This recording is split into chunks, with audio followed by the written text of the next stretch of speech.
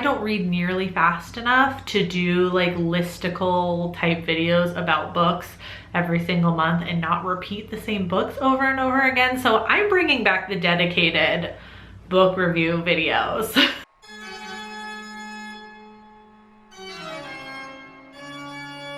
Hey there, creepy peeps. I'm Nightmare Maven. Welcome back to my channel. If you happen to be new here, I talk about horror movies, horror books, all horror things all year round. So if you end up liking this video, you should subscribe. I know it sounded like a suggestion, but it wasn't.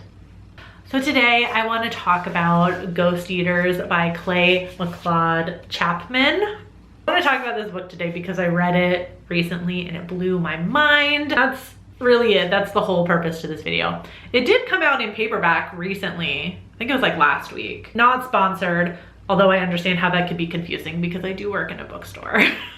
So Ghost Eaters follows a character, Erin, who is reeling after the death of her ex-boyfriend, Silas. Erin soon learns that Silas was into this new drug called Ghost. And the purpose of this drug? To see ghosts. Grieving and desperate for closure, Erin starts using Ghost in order to reconnect with Silas, but she finds out that Ghost is a hell of a drug to quit. We love a fun premise for a book. Don't get me wrong, this book is dark. It is dark, but you have to admit that just the premise of this book alone is a fun conversation starter. You know, whether you would take a drug that allowed you to see the dead. And that is a question I expect every single one of you to answer in the comments, please.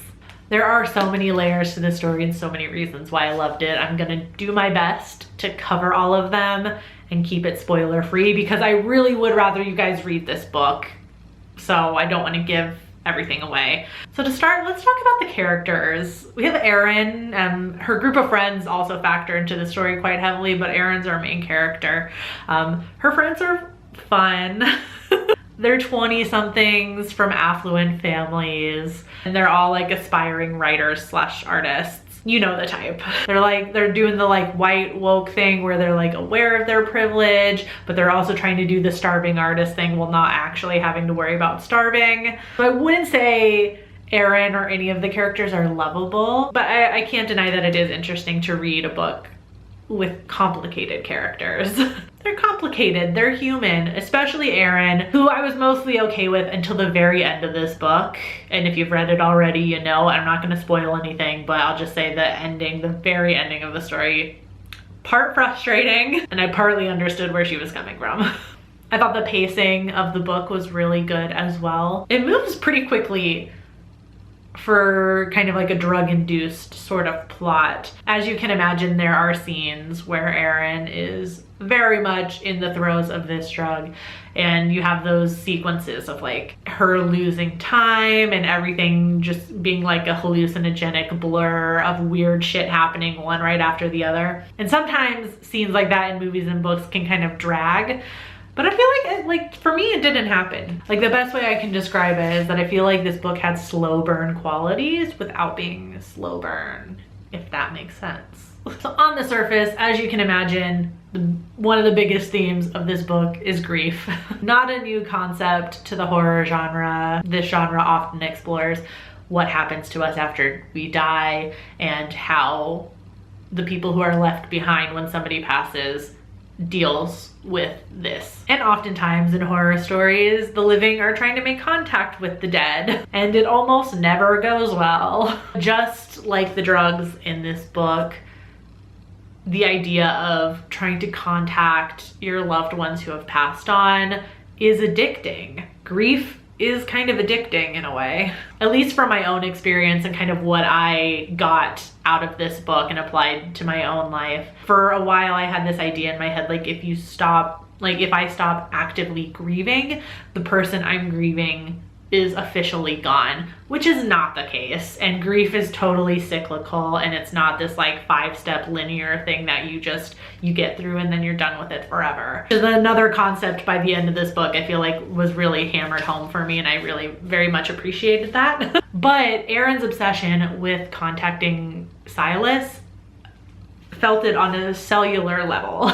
I totally got her motivations to do so, and her subsequent obsession trying to make contact with him. And using drugs as a vehicle for this is a little on the nose, but actually really unique. So speaking of the ghost drug in the book, there is this commodification aspect to it. Of course, if you have drugs, you have a drug dealer. Our drug dealer in this story is truly preying on people who are hurting. People flock to this empty house that is kind of like the hub for all of this to get haunted, which I'll get into in a second because I really love that. But our drug dealer like holds seances as people take this drug as kind of like the ceremony of taking ghost to try and help them make contact with their dead loved ones. And it kind of throws into question, is this drug really making you see the dead, or is it just a hallucinogenic?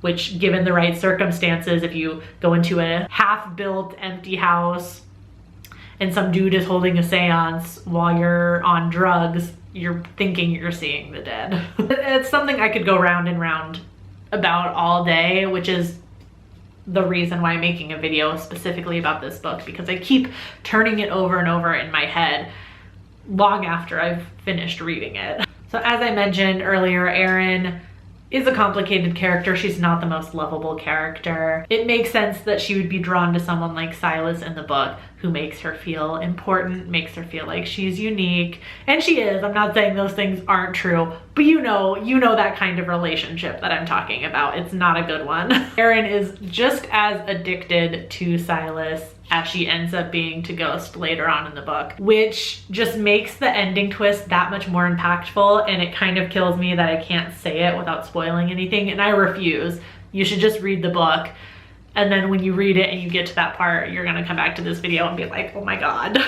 But one aspect of this book I do wanna talk about, I really wanna mention it because I feel like it was just a brilliant little like side addition to this story. There is a hefty dollop of white guilt in this story, which I was not expecting at all, but it makes total sense. Erin in particular is very into history. She's aware of history, like a little beyond the whitewashed version of history we're sold in American schools. So taking a drug that would allow you to see ghosts in the United States, yeah, you're gonna see them everywhere. And there is a brilliant sequence in this book. She's in a bar at one point and she sees a single ghost and she gets overwhelmed. And so naturally she goes outside to get some air, and that ends up being the worst possible thing she could do. And there's just a terrifying fucking sequence of Erin like running through the streets of her city, and there are ghosts literally everywhere, littered on the ground, in the trees. It's so scary, and it's so incredibly accurate to the history of the United States. One of my favorite lines from the book, I am the house. Every room is a chamber of my heart, every hallway an artery, every beam a bone. All I need now is a ghost. I'm ready to be haunted, for Silas's spirit to possess this vessel. Love. We all carry grief, we all carry trauma, we all carry guilt, all these negative emotions that make us haunted as human beings. And the idea of like taking a drug that calls these ghosts to us to make us haunted houses, essentially, it's beautiful. It's really beautiful. To try and wrap it up, I could just keep going. I really could. You should just read Ghost Eaters. Really, just read it. So if you end up going to read this book because of this video, please let me know. And if you can remember, come back and tell me what you think about it after you finished it. And if you've read it already, please get in the comments. I want to hear what you thought about it. I hope you enjoyed this video. If you did, give it a thumbs up. Subscribe if you're new here. Become a creepy peep today. There are no bad side effects to subscribing to this channel. I can tell you that. So see you very soon with a new video. Until then, stay strange. Bye.